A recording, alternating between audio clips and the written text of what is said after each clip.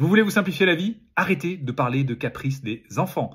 Les enfants ont un cerveau immature et fragile, un cerveau tellement immature qu'il n'est pas capable de fomenter des plans complexes pour manipuler l'adulte. Ce n'est pas possible. Donc, si nous arrêtons de parler de caprices, nous commençons à essayer de chercher la vraie cause du comportement de l'enfant. Cette cause, c'est le besoin. Un besoin qui n'est plus satisfait.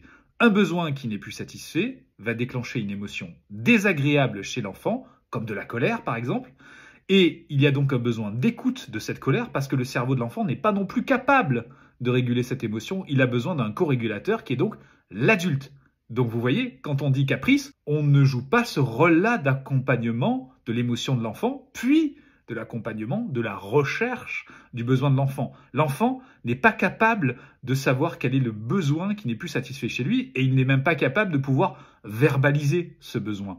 Donc l'adulte doit tâtonner et essayer de chercher ce besoin qui a déclenché cette émotion désagréable. Donc ça se fait dans cet ordre-là. Je commence par aider l'enfant à traverser son émotion, à s'apaiser, et sans lui crier dessus pour qu'il étouffe son émotion, parce que sinon, évidemment, il va se couper aussi de ses besoins. Et ensuite, travailler sur les besoins de l'enfant, c'est-à-dire que qu'est-ce qui a bien pu se passer? Un besoin de bouger, un besoin d'explorer, un besoin de boire.